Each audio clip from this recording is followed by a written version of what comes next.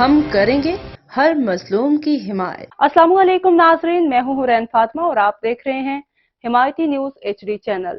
نظر ڈالتے ہیں آج کی اہم خبر پر۔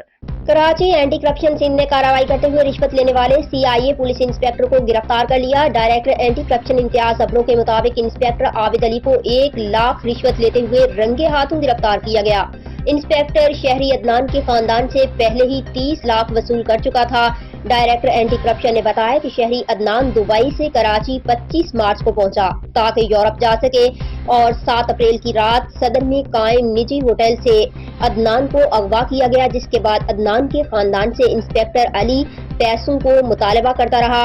مطلوبہ رقم نہ ملنے پر 19 اپریل کو ہب ریور روڈ سے گرفتاری ڈال کر ریمانڈ حاصل کیا گیا۔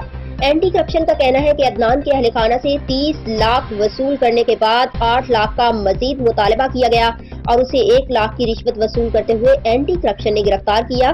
پولیس انسپکٹر عابد حسین پر مقدمہ درج کر کے صبح ریمانڈ حاصل کیا جائے گا۔ مزید خبروں اور اپڈیٹ سے باخبر رہنے کے لیے دیکھتے رہیں حمایتی نیوز HD چینل۔